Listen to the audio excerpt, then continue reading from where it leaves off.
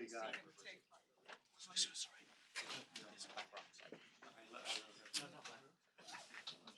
Higher university management.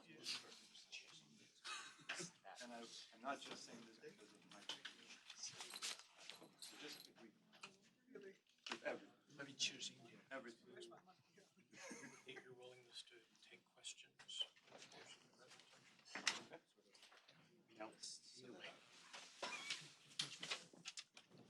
This is a full house. Never been this full. Good start.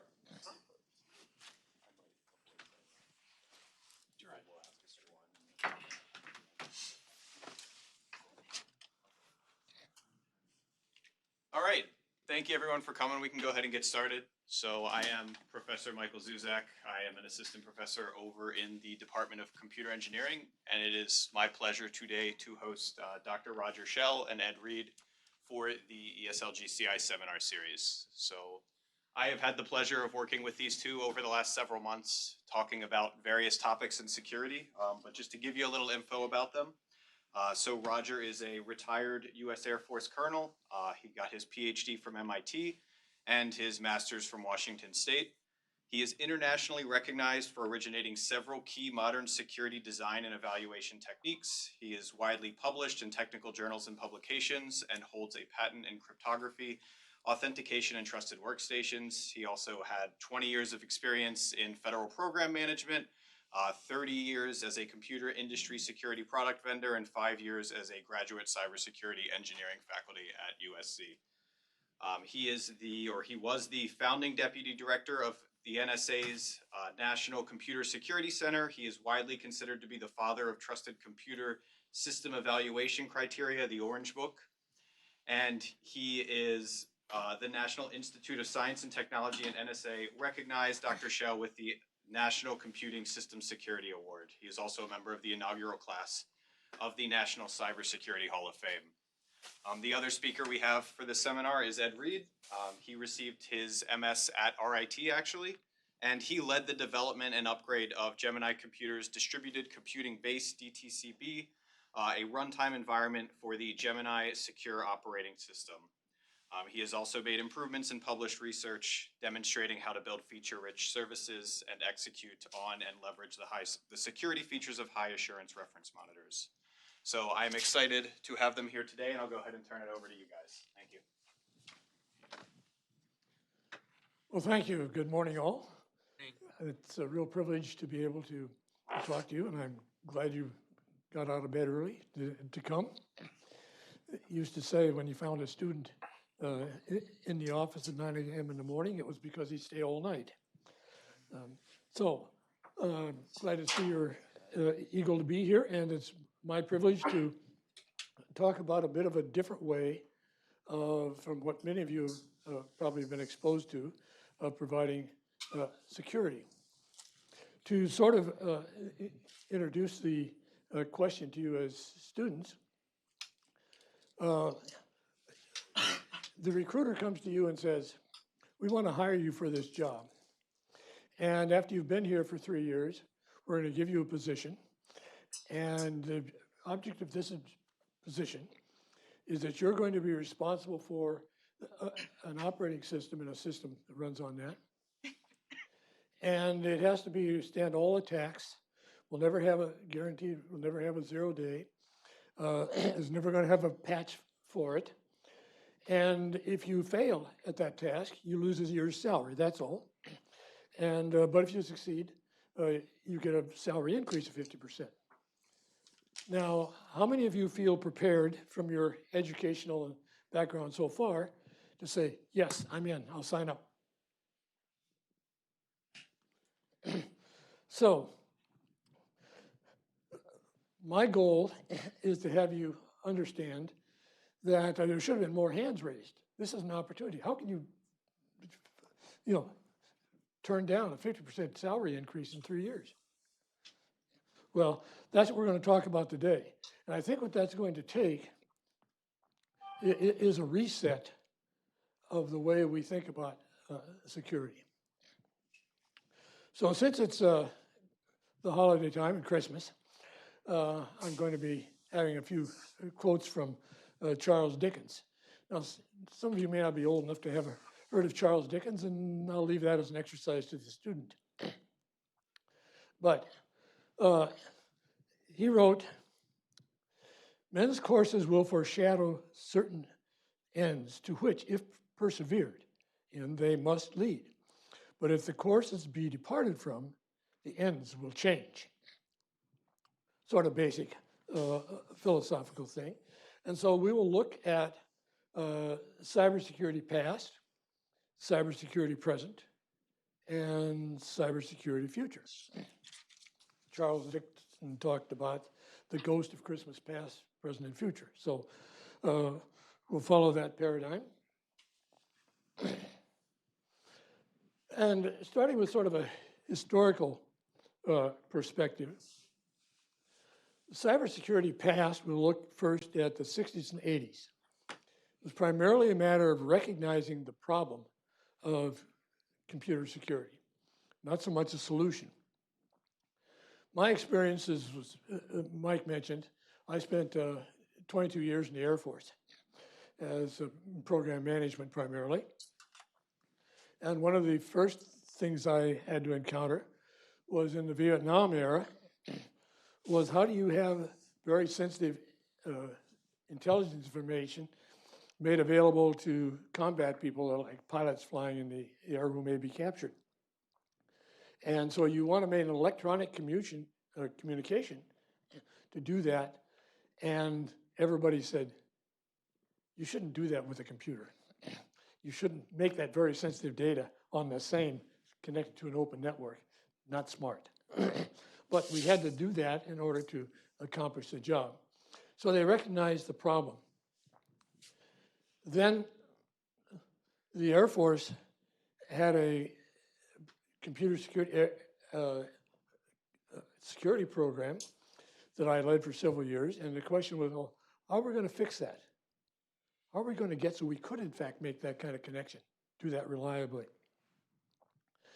And we looked at the things that were available, something called the WARE report. You may encounter that in your studies, which is one of the early reports out of DOD that said, well, what do we do about computer security? And the answer is, well, that's a serious problem. We have no idea what to do about it. ARPA, at that time, funded an effort with MIT Multics, with Honeywell and AT&T. And they were asked the question, if you want to have, they call it a computer utility, today you would call it the cloud, and what you offer these computer services, and you want everybody to be able to get at some of the information in that cloud. And is there any particular hardware you need to do that? And they said, well, actually there is. You can't build that securely on modern hardware the way it was at that time modern. You really need two primarily hardware features in that hardware, and those aren't available. Something called segmentation and rings. And it's well documented in the various literature in various places. And so in that same era, I was a member of what they were called tiger teams, might be called red teams today. And what we recognized is the primary problem you have with an attacker attacking your system is subversion. Somebody has deliberately placed something in your system that you don't know about. And some sort of malware, you don't know about it. And today, the system which is affected with that, you'd say had a 0 day, because nobody knew about it, and suddenly the attacker uses that.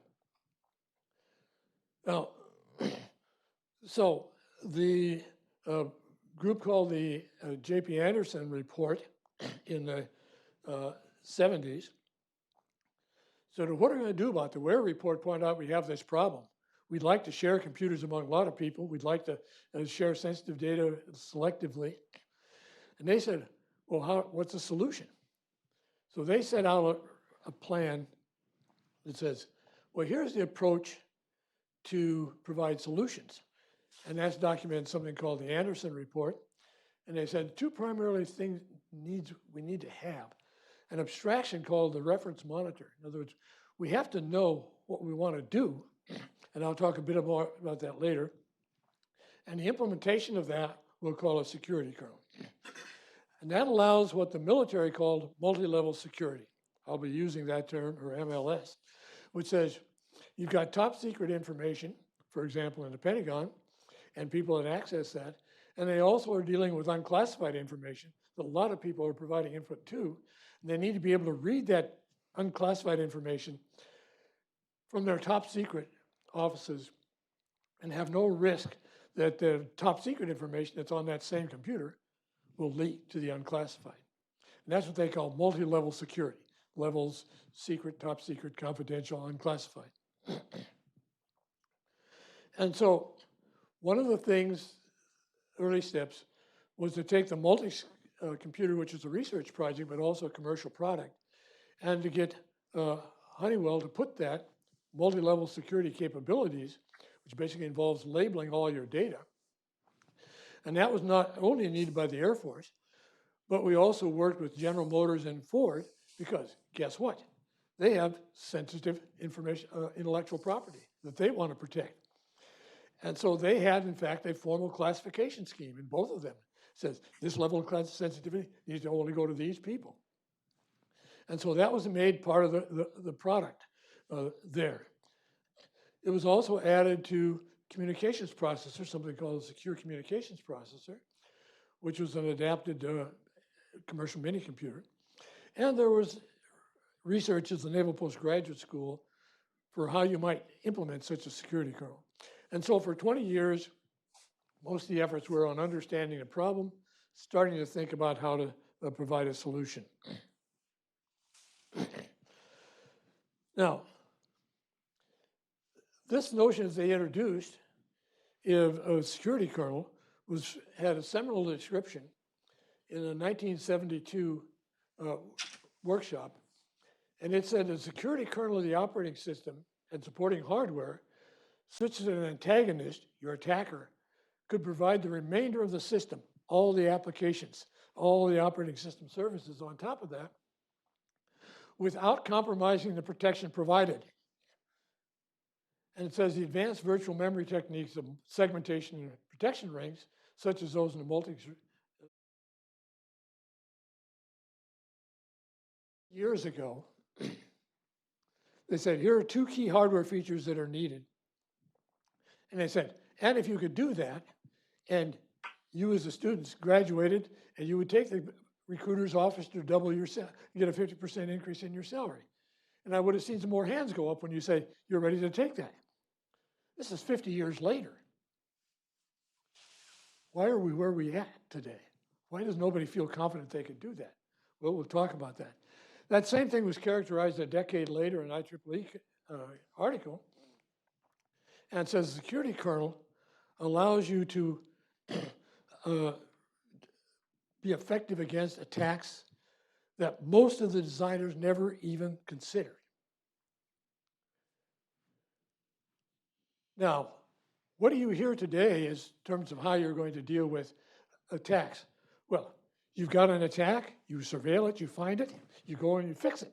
And you penetrate it, you patch it, and you pray. And that's your solution. But the security kernel is dealing with attacks that the designers never thought of. And in 2016, an article pointed out that a half a dozen kernel-based systems have been deployed for decades against nation-state adversaries without a single security patch ever, over decades. You were only asked to produce that kind of a system. And it's been produced and deployed for decades. Why don't you don't feel confident, I don't believe, it didn't sound like anybody felt really confident they know how to do that. Yet you're at a university, top university. You should know how to do that. So let's understand how we obtain those characteristics. Well, the definition that came out of the Anderson report 50 years ago or so says whenever you have a subject, some active entity that is going to access information, that subject is going to want to access objects, and you need to have between that a reference monitor. Everything that is accessed by the computer needs to go through that monitor. It has an authorization database that says, these are the class of users with a clearance, if you will, that have access to this classified information with a classification, and has an audit record of those accesses. And you cannot get past it because it has to have non-bypassable completeness. But after all, hardware segmentation is part of the memory management on your computer. Every execution of every instruction by a computer goes to some access to memory. It goes to a memory management. If that memory management has segmentation, that gives you the ability to inject that non-bypassable for every reference. You cannot reference memory without going through the memory management unit. It's isolated, it's tamper-proof. You can't tinker with it. Protection rings. And it's verifiable. It's a model-based design. You have a model of what you want to do, and it then implements that model. That was a notion of the security kernel. There's a definition provided a couple decades later in what's called the Trusted Computer System Evaluation Criteria, the Orange Book. By the way, how many have heard of that? There's a fair sprinkling. Okay, good. You're on your way. And it says the security kernel is defined as the hardware, firmware, and software elements of a trusted computing base that implements the reference monitor concept. And that security kernel is essentially, as you would see, as a kernel of an operating system. Yes, we'll get there. So, kernel-based system, back in the 70s, when the Anderson panel says this is what we can do, the folks in the Pentagon and ARPA said, no, we don't believe that. We're going to bring all the experts in, and we're going to have them tell us why you're wrong. And they did. And they had Butler Lamson came and headed a panel. And the conclusion of his panel was not exactly what the job they gave him to do, which was to debunk the security kernel. His conclusion was the only way we know to build highly secure software systems of any practical interest is a kernel approach. So what the kernel approach does is it takes, and you have the security kernel, you have a specification, and you then put on top of it operating system services, things like programmable logic controllers, appliances, security services. All those go on top. And as the definition said, the adversary can provide all of those. And no matter what they do, nothing they can do will ever have the top secret information, for example, going to the unclassified user, regardless, for all possible programs. So how do we get there? Well, it's a model-based design. And it's a term that it wasn't used at that time, but it was the same notion. Most of the things, particularly in hardware engineering that we build, we have a model of how we're going to build it. And I had the privilege at MIT of having Edgar Dijkstra as a couple doors down from my office. And he and I would go down and have occasional discussion. And he said, if you don't know what you're trying to build, you'll never get there.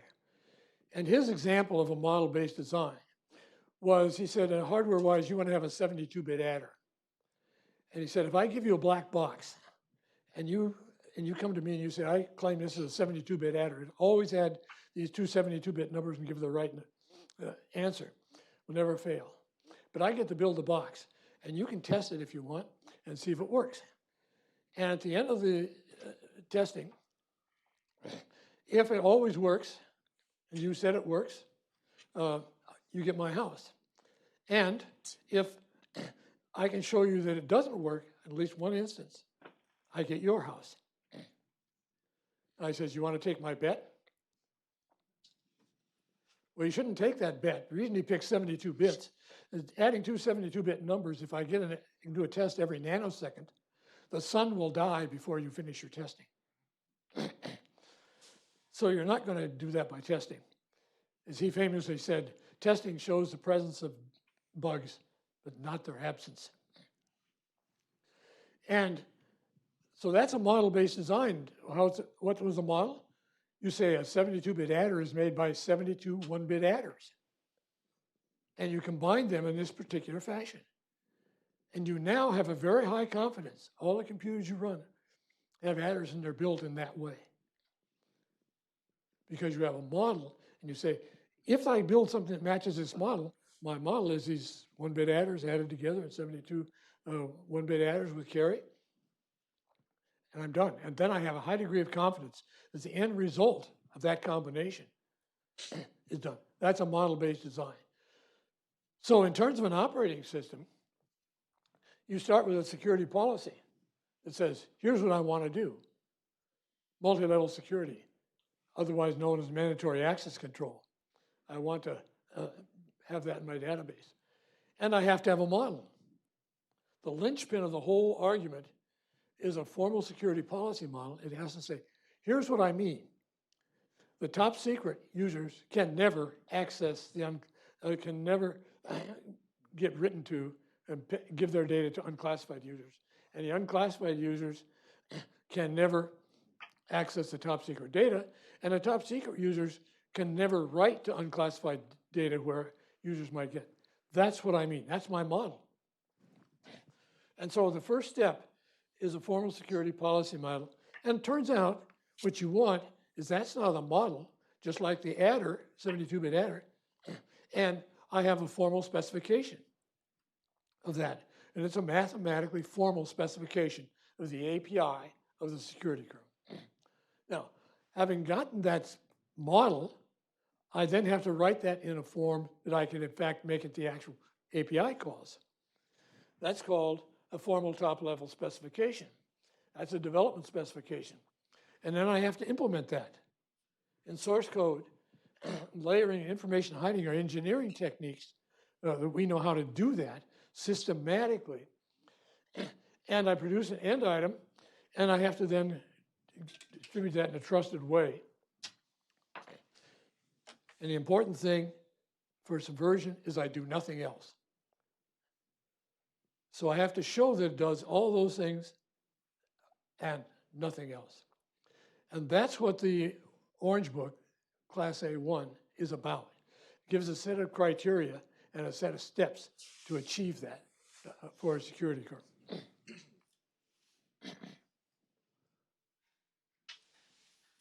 And the Class A1 has an explicit set of requirements in the Orange Book that says, here's the things you do for subversion. None of the other classes you can have would be very highly secure computer by today's standards would be their next level down was B3. The difference between the B3 and the A1 is A1 says, oh, I'll deal with subversion. And I'll do things like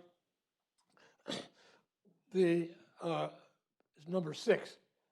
I'll take every map, each line of source code has to map ultimately to something that's in that formal top-level specification. And if it's not done, that could be a subversion. It doesn't belong there, and I got to figure out how it got there. And I have strict inspectability, as it's called, of configuration management. Now, what that means is exactly the opposite of probably the good practices you've been taught. If you're doing configuration management, what do you want to do? Well, you want to go out and you use some tool like Subversion or somebody else's software management tool, and you put all this stuff in it. And now you've got millions of lines of code out there running that's maintaining your code. How could you not have a concern that maybe that is inserting something else that you didn't know about? And so the inspectability says a human needs to have something they can look at. Comparisons, simple comparisons you can do. So the configuration management requirements to get to this are not the same simple configuration management requirement. And if you tried to do that in an open source sort of environment, how do you think you'd manage that? Not easy. I don't have an answer to that. Matt Bishop has said probably there isn't an answer. So, what does that result in? Is that technique was applied in Butler Lamson, that same report that said, isolating the security relevant code to a small protected kernel whose correctness can be certified is what we mean by the security kernel. How do I certify it? By verifying that it matches the model that I have in the formal security policy model. So you might say, well, you can't really build these things, right? Well, one of the first systems that was actually built using that was in the 60s, 70s. The Air Force had a Minuteman missile system, and it was intended to send intercontinental ballistic nuclear missiles to a target halfway around the world. And when the Russians began to put their targets on railroad cars, move them around, you had to change the targeting in the missiles, and you had to do that quickly. Well, prior to that, the targets got changed by somebody getting on an airplane with a briefcase and locked up and all that sort of thing, and that's the way the targets got distributed. That didn't work when the targets were changing, so you wanted to electronically change the targeting. You want to do that with some care, because after all, if your adversary can change the target, not only can he change what you changed targeted for him, but he also can change it so that instead of saying Moscow, it says New York as the target. And how are you going to do that? Well, the Strategic Air Command spent a decade or so trying to figure out how to do that. And the end result is you can't get there. Just can't trust those computers. And then they were introduced to the security kernel. And the one who won the contract, there was actually a protest over the contract award when it required a security kernel. And the vendors all said, no, you can't build such a thing. And it was real competed. And the primary complainer the first time was IBM. And they won the second award because they stopped complaining and decided to just take it and build it. And they built the security kernel for the Minuteman. It was built for a communications processor. It was built for an Ethernet LAN and built for a reusable OEM computer system, which our company currently owns. And those things were all certified through a certification process by NSA by making sure it met all of those requirements for A1. One of the examples was NSA does crypto themselves. Their most sensitive product is the crypto keys. Should they trust their crypto keys to a computer? They never had, said they never would. The trouble is they couldn't build crypto across a packet switch network without having significant computer power. They couldn't build specialized hardware to do it, just too hard. And so they said, we have to build a controller for that, which is verifiably secure. They went through 4 iterations of the program. And they almost got there. And the last step in every case was, we got to have a verifiable operating system. Just can't get past that hurdle. And then they said, well, let's try the security kernel. And they did, and around the world that was there. So that was, and that became the Blacker system. That was built by Unisys. And so here you have multiple vendors over multiple times building a system which never had a security patch. So it reminds me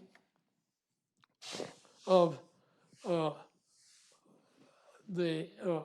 what was said, that surveillance, we have a fork in the road. And Robert Frost said, 2 roads diverged in a wood, and I took the one less traveled. Well, that was not the path that industry chose. What they did instead, they said, well, we'll have a surveillance-based design. Penetrate, patch, and pray. It was the one that was chosen. Everybody said that's a great thing to do. And they took all the TC sec that told how to build a security kernel. That's no longer a standard. All the staff, a couple hundred people that were involved in evaluating and building that, all reassigned to work on surveillance. And that led to a huge set of vested interests financially, in which now the people who build surveillance tools, everything from virus detectors to all the other people that run cyber ranges and all those sort of people, make their money by that process. And so today you have a $200 billion a year spent on computer security. And how's that working for you?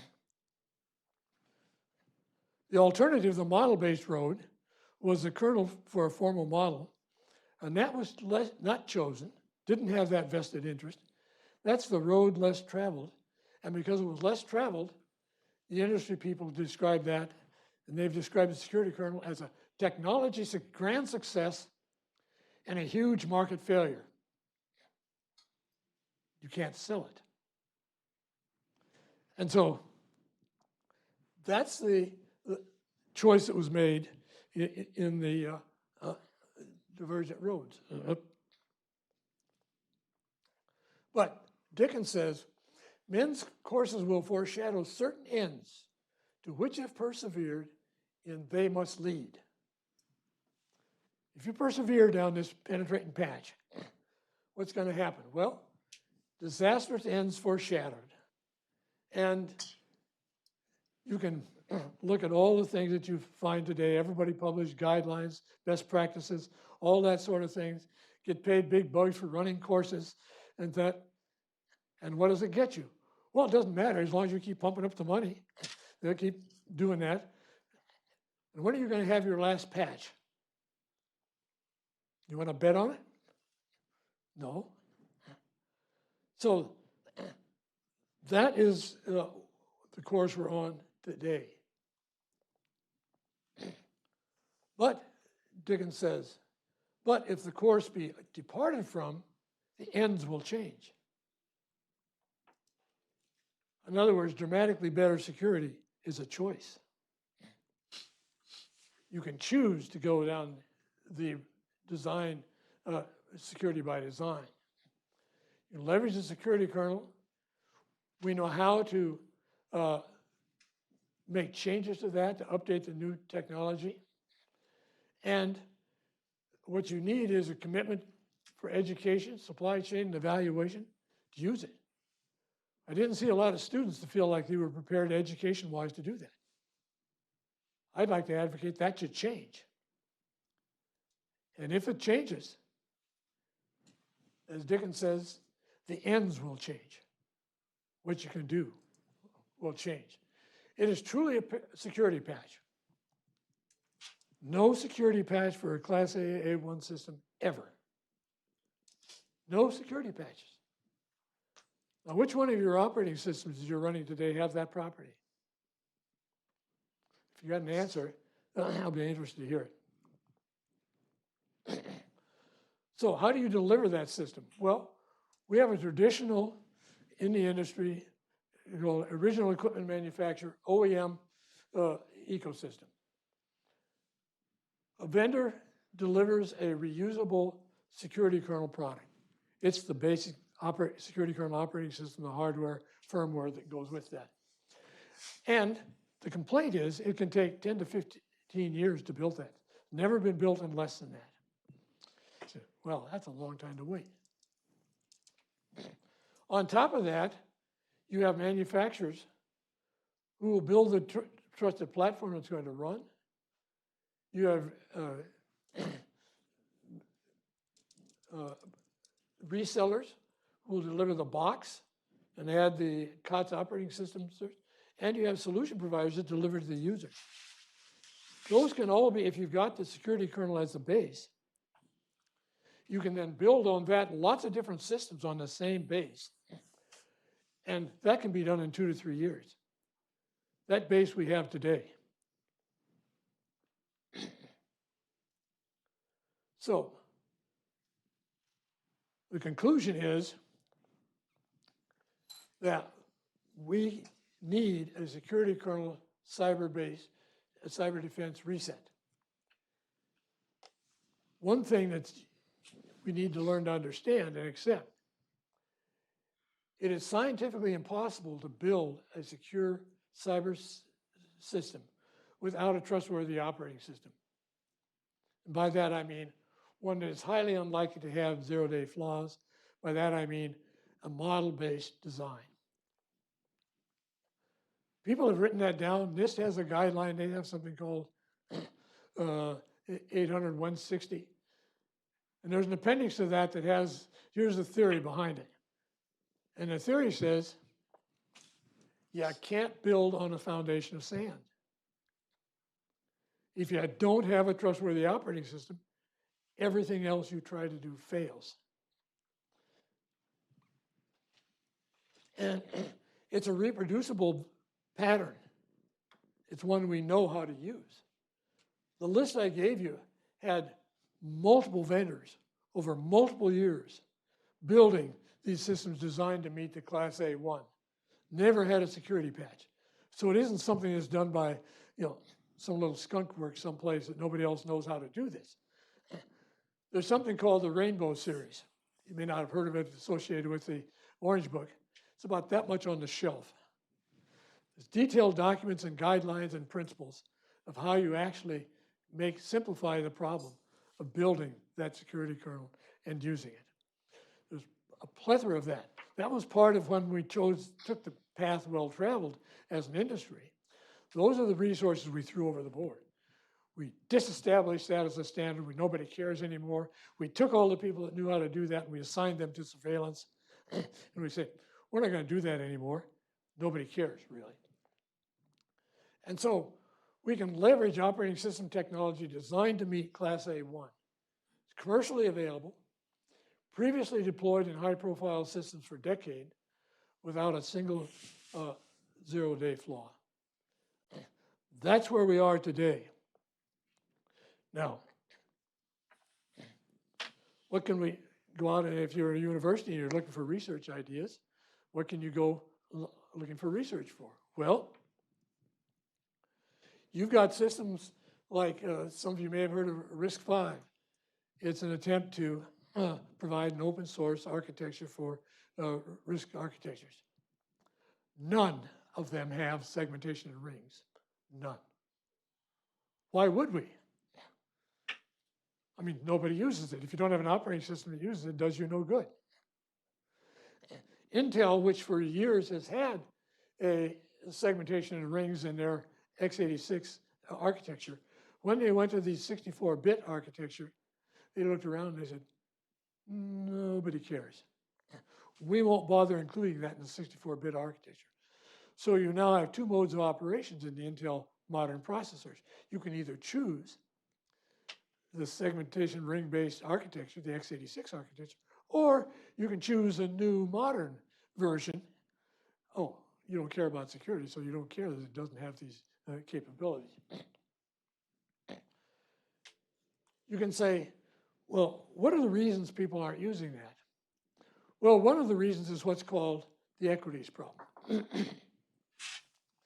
This says in governments around the world, not everybody's happy if your adversary has a verifiably secure operating system. Just like for years, everybody's not happy if your enemy has a good crypto system. And so for years, US government and a lot of other governments restricted that you couldn't build crypto systems that had more than 40-bit keys. Well, they finally gave up on that. And today, that's no longer the case.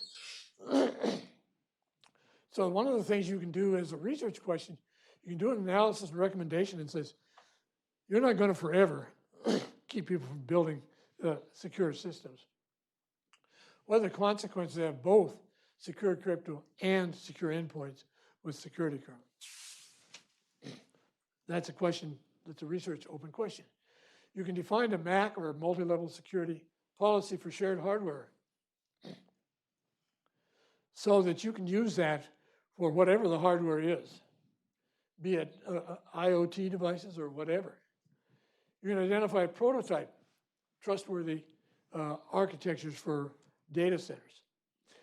If you're in large data centers, they're mostly built around what's called a 3-tier architecture. And you have an outer network-facing tier. You've got an internal network, there's policy things, and you've got a back-end data store. Places like the state of California has systematized this into a guideline for people that are going to buy IT and provide it for the state. That's how it's built. None of those are built on trustworthy gateways between those tiers. Yet we could build a highly trustworthy tier. And you could, in fact, the data breaches you hear about, reading the news, like the government, the OPM data breach, the other data breaches that are around, massive data breaches, all of those could be largely prevented and avoided if they would just have labeled gateways in that architecture. You can identify and prototype massive scaling devices of things like IoT devices. And you can leverage resilience for massive attacks. You can look at what's the role of foundries in building hardware that's trustworthy. I mean, you realize in the last few years, the government allocated something called the CHIPS Act, $30 billion that the government has to assure the secure building of chips. That could be done to build secure chips. Today, that's not an objective. None of the bidders for the $30 billion for the CHIPS Act have any intention, that we can tell, of having security segmentation rings, for example, that would allow it to run a secure operating system. None. In a university, you could provide input to them to say, maybe you want to think a little bit carefully about that choice. Oops, wrong button. So that's basically the story. I've included in the slide deck a set of references, so if you have questions, I may point you to some of these citations. But I'd be happy to take any questions that anybody might have, and you might want to ask your own question. In other words, I'll pick on you and ask you for a question. Yep. Thank you for the great talk. A lot of history and understanding of the two different models. Can you share some light about the overhead associated with having this model-based kernel? Yes, always a serious question. If you look at the tensions between security and performance. And I gave this sort of a presentation a few years back at an NSF forum. And somebody got up from the audience from a respected university and said, yes, you always take a terrible performance hit for that. And you've heard there are numbers like factors of 2 and 3 and 4 performance impact of doing that. My first question to him was, you said that's been the constant experience. Since we've deployed half a dozen of these, there are lots of different experience.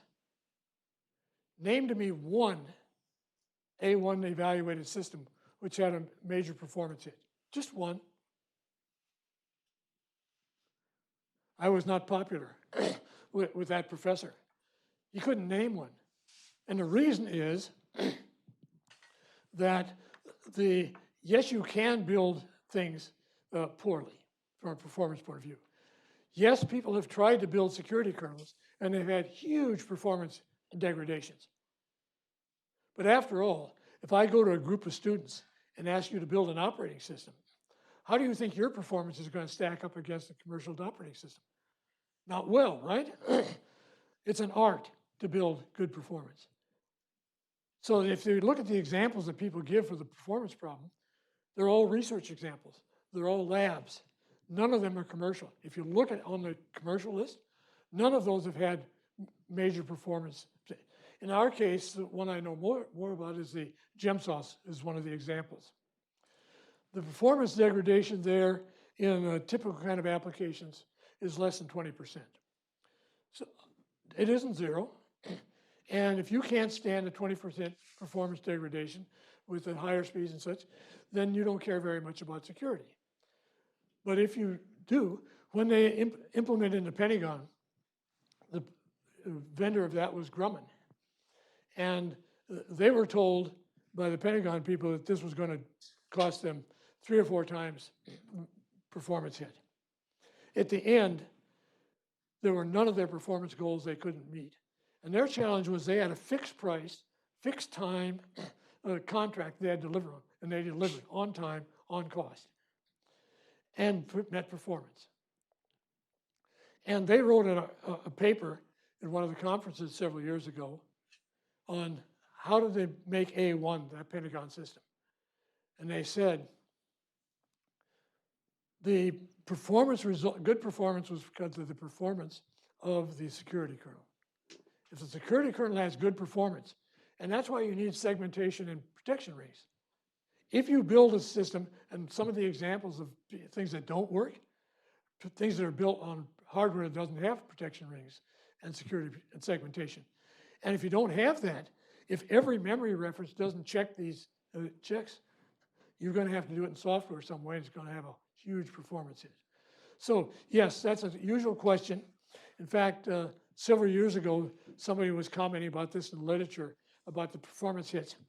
And they had a little asterisk in the bottom of the article. They said, oh, well, GemSauce seems to be an exception to that rule, after they'd made this huge argument about why you couldn't have security because of performance. They didn't bother to explain why it was. And as is often the case, if you have a model-based design, if you want to build a 72-bit adder, you could argue that you could build a 72-bit adder a bit faster if you didn't have to build it as 72 one-bit adders. But people will generally build 72 one-bit adders. Other questions? Yes? In the 70s, how do you make the security kernel verifiable? In the 70s? Yeah. Well, there were verification tools. SRI had a system called HDM, which is a formal verification, proof verification system. And what you do is in the 70s, you produced a model of the system for the reference monitor. And the most popular one was one called Bell and LaPadula model. If you'd been around the verification, you would become, it's a published model. And it's been used for the most, but not all, of those examples. And so you first had to verify that model, that the system would start in a secure state. The model had to define what a secure state is. And then you have to say, you have a set of rules for going from state to state. In other words, every call to the operating system is a change of state. And then you have to prove that the system starts in a secure state, as top secret users can't access, can't write to unclassified data, that every transition in the system leads to a new secure state. And so you've essentially proven for all possible programs that can run on a system that implements that model, all possible programs will always result in a secure state. So no matter what attacks you make, no matter how bad the applications are, whatever, none of them can cause this violation of the policy. That's what you've proven, is if it starts in a secure state, all states will be, in the future, will be secure states. Now, then you have to implement that. In order to complete the verification, you have to translate that into a formal, mathematically formal specification of the API. That was done in the 70s. There were actually 3 verification systems at the time that were capable of doing that and doing those proofs as machine proofs, as typical verification systems. And so then you had to apply techniques to do that layering. How do you do that? the stages I showed in my correspondence. Primary ones are a technique called information hiding, which says that every module in a system has its own information, has a state, and does not depend on any state elsewhere. In other words, no global variables. No operating system today is built that way. And you have to have layering in which those information hiding modules are lowered. So none of them depend on a layer above them.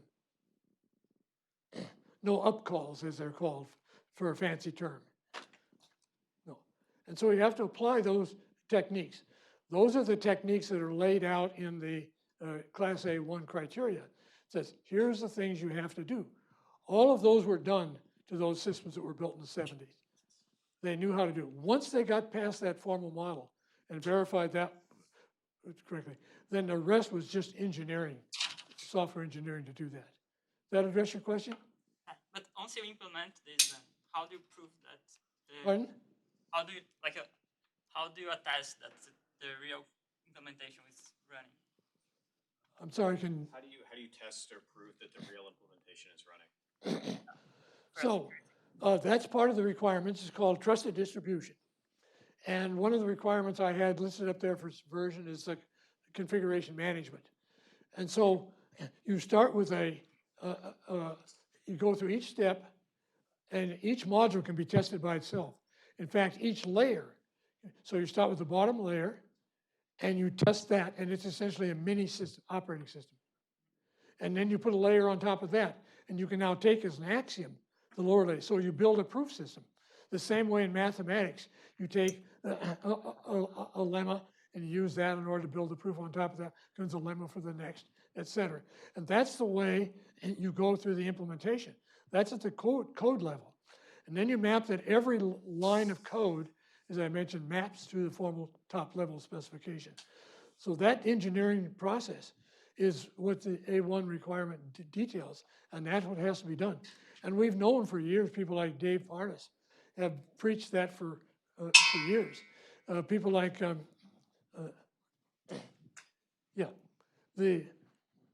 just providing a reference to the documentation that the evaluator is reviewed, holding up the implementation against the specification, the requirements for the evaluation criteria, and the product assurance requirements to see to it that the thing that was proved secure is what was delivered to the customer.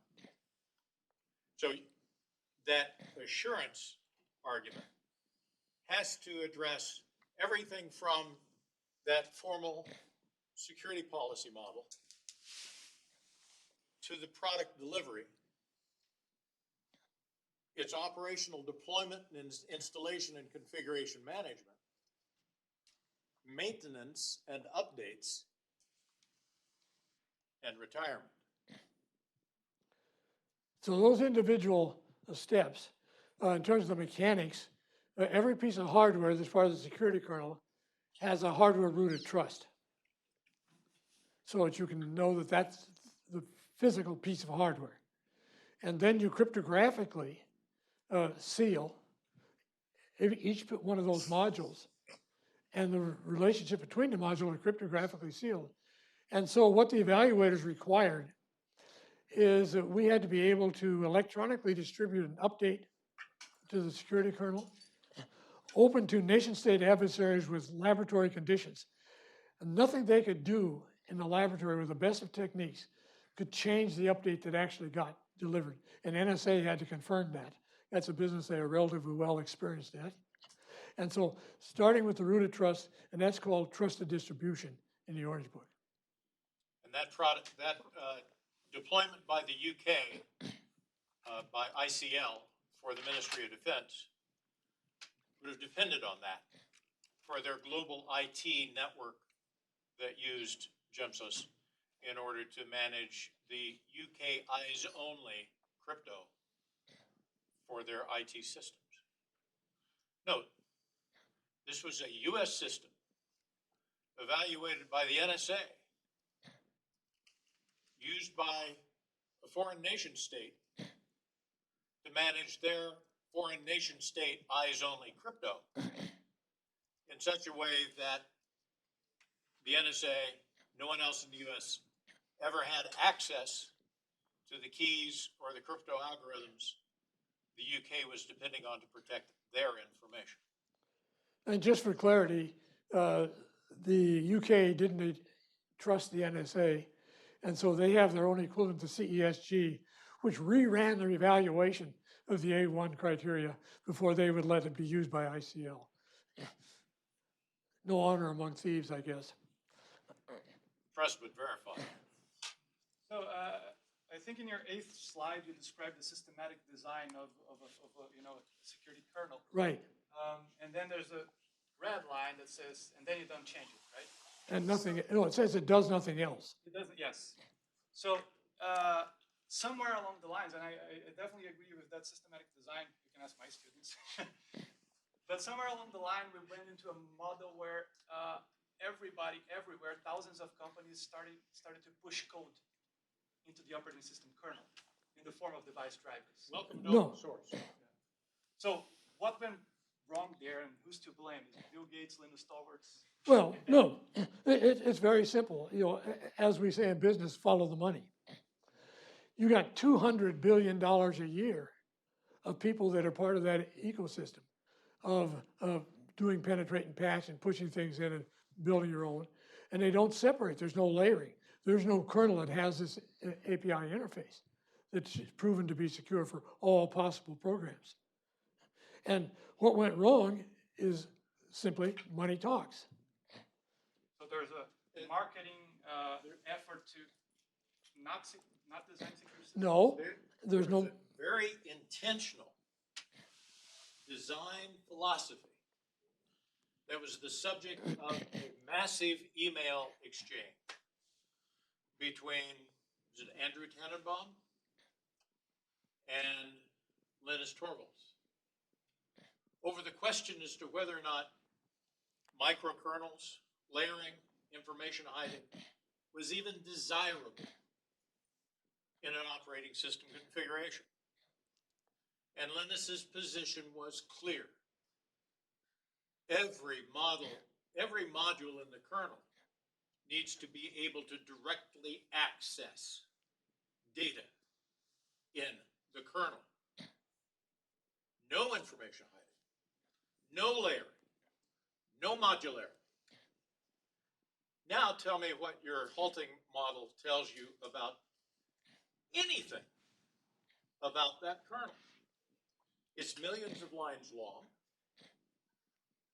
and includes literally anything anyone can figure out how to insert code into it. USB thumb drives. Do you all understand why the US government had to prohibit the use of USB thumb drives in any government computer for a number of years? Because the industry standard for USB thumb drives requires that you be able to provide a kernel operating system module on the USB to be automatically loaded into the running kernel of the system that my system was installed to. Loaded, executed, and run in order to be able to deal with configuration variances from one USB thumb drive to another. You have an industry standard that requires you to be able to load viruses at range 0 in all of your operating systems. Tell me how you're going to secure that. and so part of what went wrong is that students no longer know how to build a security kernel, have no idea. And universities do things like cyber ranges, in which they do things like they run multiple instances of all the different computers. And if I want to put a secure kernel into your cyber range, probably you have no way to do that at all. And so consequently, students have never seen one of these systems that was built by design. And so the system is self-feeding. And now, if I would go out and look for an engineer that can work on a security kernel, what university do I go look at them from? Well, UC Davis has one. Yes, they have a university, they have a security kernel. So I don't know if that answers your question, but try. Yes, thank you. I think we have time for one more quick question and then we have to wrap up. Anybody have anything else? Awesome. Well, thank you guys for coming.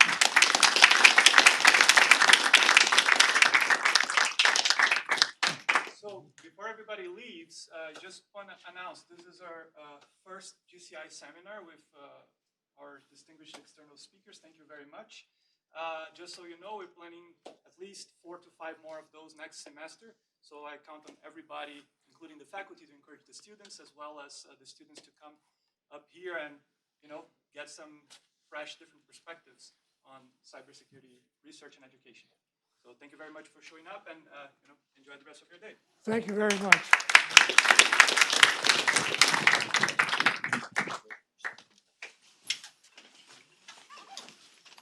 If you brought a chair,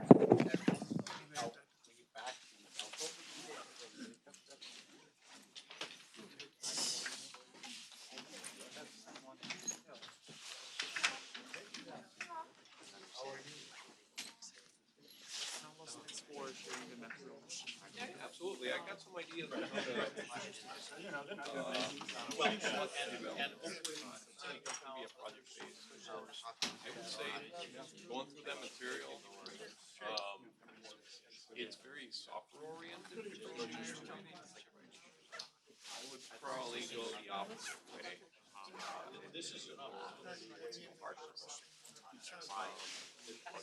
I can through some of it. I can go through all of it.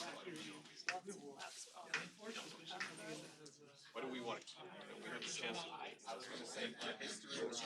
So I say. Yeah. this word. Have some. Sounds good. See ya. Let's go. I've seen that email exchange. All the interesting talks that I guess. We discussed that.